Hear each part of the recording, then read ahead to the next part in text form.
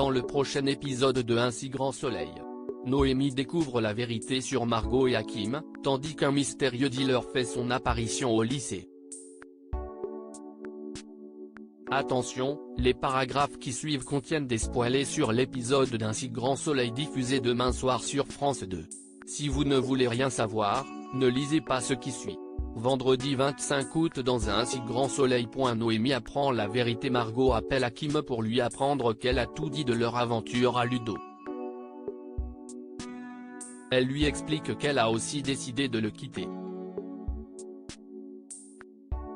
Elle ne veut cependant pas qu'Hakim se fasse d'illusions. Sa rupture n'a rien à voir avec ce qu'il s'est passé entre eux. Hakim accuse le coup. Il confie à Élise que Margot ne lui a laissé aucun espoir. Hakim a désormais peur de la réaction de Noémie quand elle va apprendre ce qui s'est réellement passé. De son côté, Ludo retrouve Noémie à la ferme et lui annonce que Margot l'a quittée.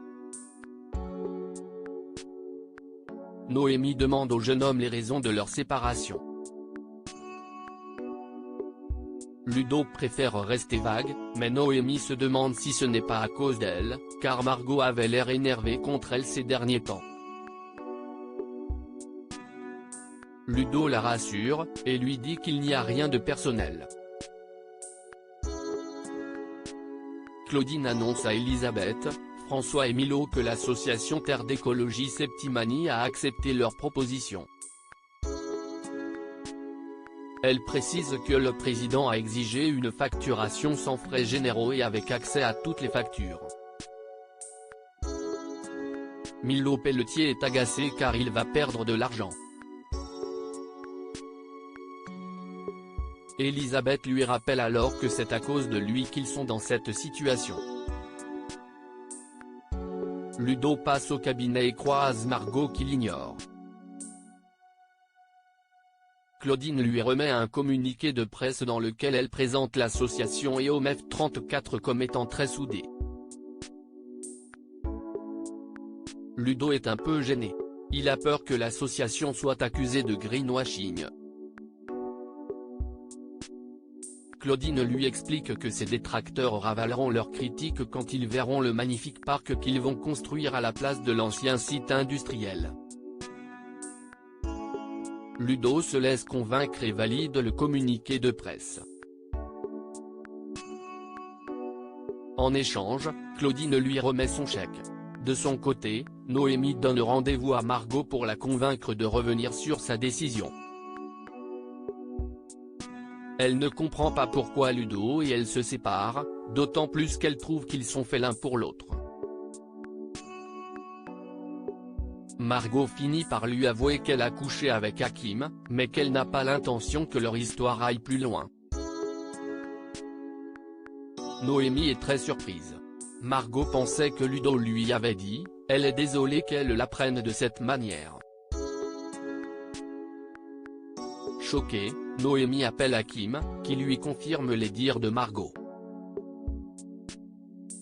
Il lui explique que, même sans cette histoire, il aurait mis fin à leur relation, la situation étant tendue entre eux depuis plusieurs semaines. Énervée, Noémie lui reproche son attitude et préfère raccrocher. Tom se lance dans le trafic de drogue. Arrivé au lycée, Tom cache un sac contenant plusieurs fioles de Bouddha Blue dans un casier. Quelques instants plus tard, alors qu'elles étaient en train de demander un report de devoir à Mo, Thaïs et Maeva reçoivent un texto leur proposant d'acheter de la Bouddha Blue pour 15 €. Elles se rendent très vite compte que tout le lycée a reçu le même message.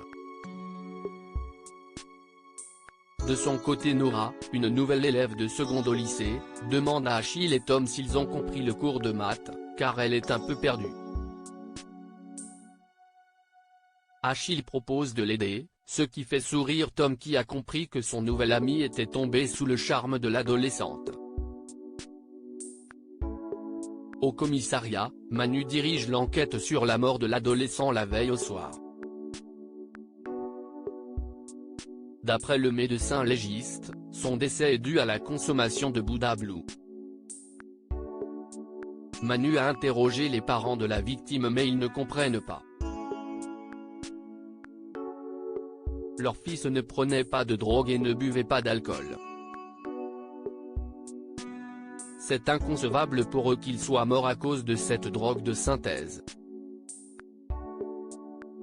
Plus tard dans la journée, Manu fait le point avec Becker sur l'enquête. Les amis du jeune homme ont confirmé qu'il avait commencé à consommer de la Bouddha Blue depuis un mois environ après avoir contacté un dealer sur les réseaux sociaux. Le téléphone de la victime est au labo afin de le débloquer et de trouver les responsables. De son côté, Marc demande à Louis s'il a déjà entendu parler de la Bouddha Blue. Le jeune homme lui explique que ses amis ont reçu des messages qui en proposaient. Il pense que le dealer a réussi à avoir accès au listing du lycée.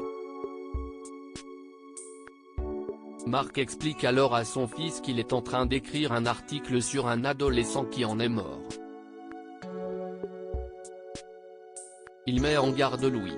Alix et Virgile annoncent à Victor qu'ils ont publié les bans. Ils veulent se marier au sauvage. Victor est ravi d'apprendre ça. Plus tard, Emma tient à remercier Virgile pour tout ce qu'il a fait pour Tom. L'adolescent va beaucoup mieux depuis qu'il s'occupe de lui. Virgile est persuadé que c'est un bon gars et qu'il va s'en sortir. Au même moment, Tom reçoit de nombreux messages sur son téléphone de jeunes qui veulent lui acheter de la Bouddha Blue. Il donne rendez-vous le lendemain à un lycéen pour lui en vendre.